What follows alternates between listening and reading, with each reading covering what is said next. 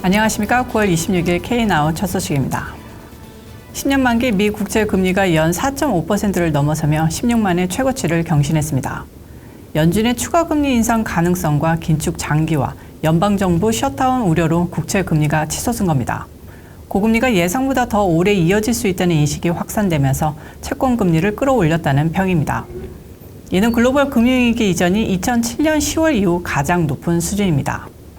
제롬 파월 연준 의장은 지난 20일 기준금리 동결 결정 이후 기자회견에서 물가 상승률을 연준 목표치 2%까지 되돌리기까지는 갈 길이 멀다며 적절하다 판단할 경우 금리를 추가로 올릴 준비가 돼 있다고 말했습니다. FOMC 후 연준 인사들의 발언들도 고금리가 더 오래 유지될 것이라는 시각을 뒷받침하고 있습니다.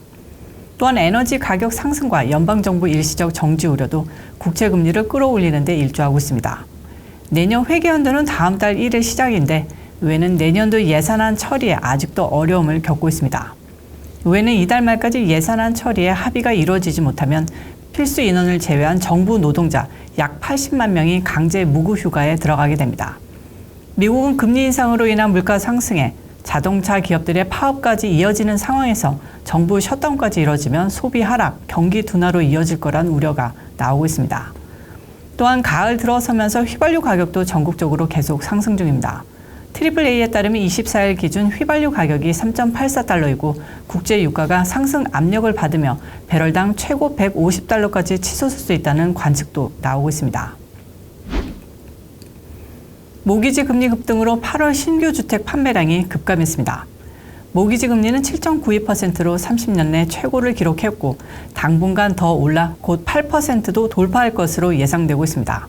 연준은 지난 20일 FOMC 회의를 마치고 금리를 동결했으나 금리 전망표를 통해 추가 금리 인상을 하는 것은 물론 고금리가 장기간 지속될 것임을 시사했습니다.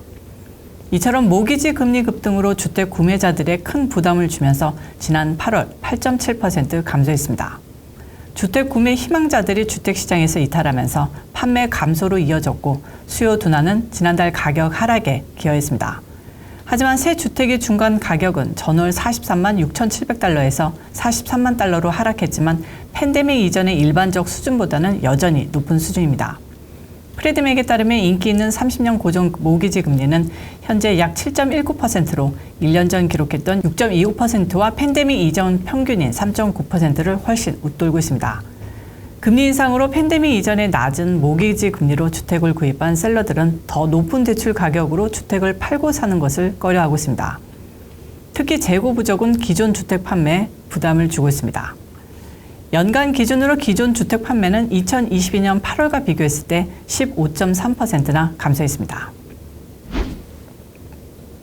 버지니아 알링턴에서 운전자는 횡단보도를 지나는 보행자가 건너갈 때까지 완전히 정지하지 않을 경우 최대 $500의 벌금을 부과받을 수 있습니다.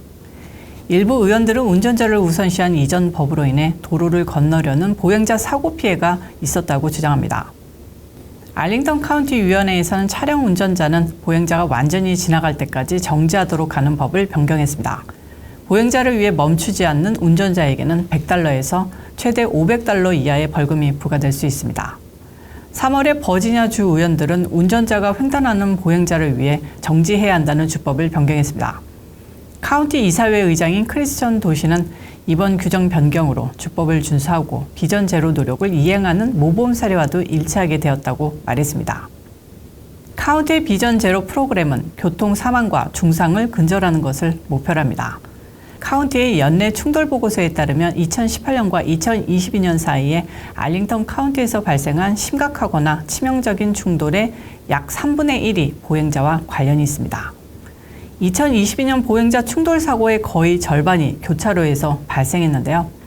또한 지난 2020년 알링턴에선 차량이 규정 속도를 위반할 경우 기존 속도 위반 벌금에 추가로 $200를 지불하고 있습니다.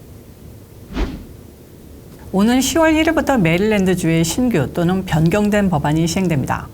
법적 배우자에 대한 강간 또는 기타 성범죄에 대한 기소금지법이 다음 주에 폐지됩니다. 따라서 범죄를 저지른 사람이 힘이나 위협을 사용하고 배우자에게 동의 없는 행동을 했을 경우에는 기소가 허용됩니다. 총기 소지 허가를 받은 사람은 학교, 의료시설, 투표소, 경기장, 박물관 등 여러 공공장소에서 총기 반입이 금지됩니다. 하지만 교도관, 법집행관, 보안요원, 군인에게는 예외됩니다.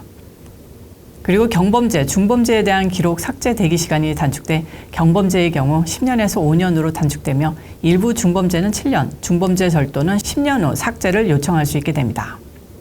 또한 약물 정책도 변경됩니다. 병원에서는 소변 검사 시 펜타닐 검사를 실시하며 약물 검사에서 양성 반응이 나오면 메릴랜드 보건부에 익명의 결과가 보고됩니다. 또한 착한 사마리아인 법도 개정됩니다. 만약 의료 긴급 상황에 처했을 때 의료 지원이나 제공하려고 할 때 위반 사례가 발생한 경우 형사처벌 또는 기소하지 않게 됩니다.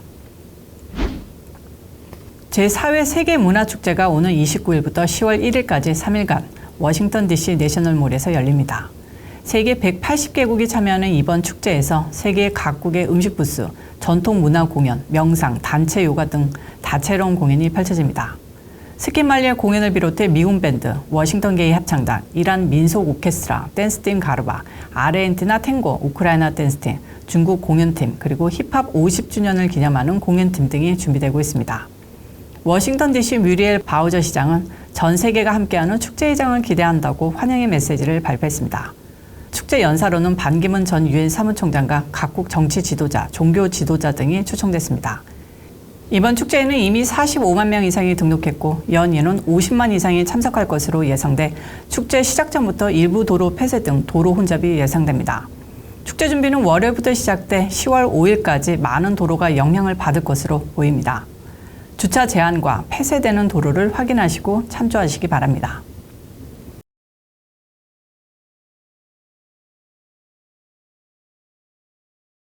한편 세계문화축제는 2006년 인도 방갈로르에서 시작돼 2011년 독일 베를린에서 열린 축제에는 151개국 7만여 명이 참석했으며 2016년 인도 뉴델리 축제에는 110개국 375만 명이 참석했습니다. 이상 K나우 소식은 여기까지입니다. 시청해주신 여러분 고맙습니다.